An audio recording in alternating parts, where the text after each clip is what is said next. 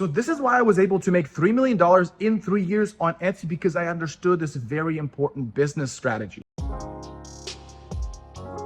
So here's the thing, there is a massive need in home manufacturing because large manufacturers in China or large corporations, they're failing and not able to do this very thing. Now, before I go there, I created a step-by-step blueprint on how I was able to open up one of the largest pet product stores on Etsy, and I explained every single step. Now, you can also check out my free training in the description below. Hopefully you find that useful. So there's a weakness in these large manufacturing company that creates opportunities for the little guy like you and me. And once I realized that weakness, that's really what allowed me to make money from home, manufacturing little products like this from home. But that's only if you understand the weakness. Manufacturing companies have a very large overhead. There's a lot of materials, a lot of machine equipment, labor that is involved in the business, which means their profit margins have to be as big as possible to cover the overhead costs.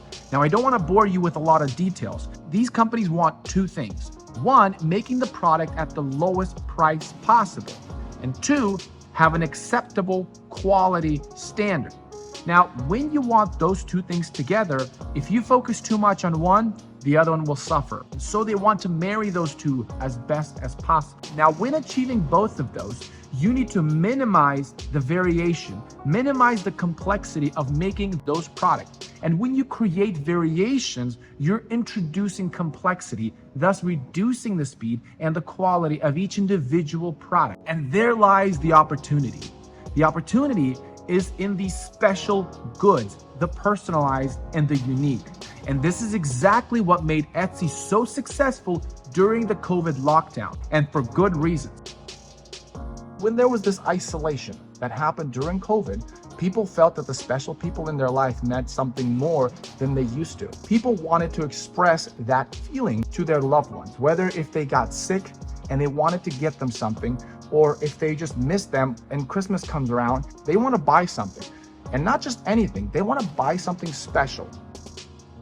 And then I realized that if people want something special, to give somebody something special, that is a very difficult thing to do for a large corporation in China. Special includes personalization. It includes the customer being able to change whatever color this item is going to be. And for you to create even a smallest variation is very difficult for companies that size. So how was I able to capitalize on that inability? That's when I realized that if I can create a product or variations of product, and if I can have different variations that matches the creativity or the special definition of each customer, well, then I have a much higher chance not only to sell or convert, but I'm now beating out the competition that is these massive corporations. Think of it this way. For a big company to make this design, they can do it for pennies, or it might take me a little bit of time. But what if I have the ability to not only do that, but now create another variation of that product, but then create another one? So now I have 3 different variations I can make within a matter of hours,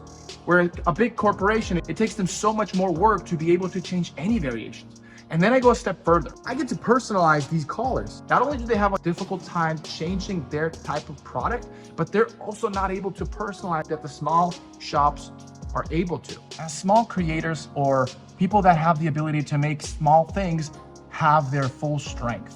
Their strength is in the ability to go from this product to this product in matter of days or hours.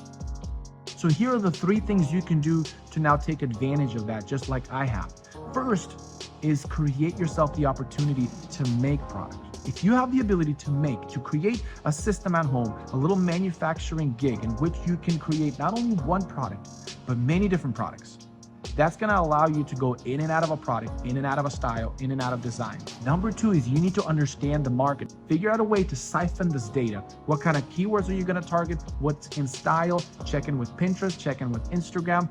Have your focus or attention on the market. You're much closer to the people than these large corporations. So whether you're selling on Etsy, now I teach a lot on this channel how to research on Etsy, so make sure to subscribe if that's something that you are interested in.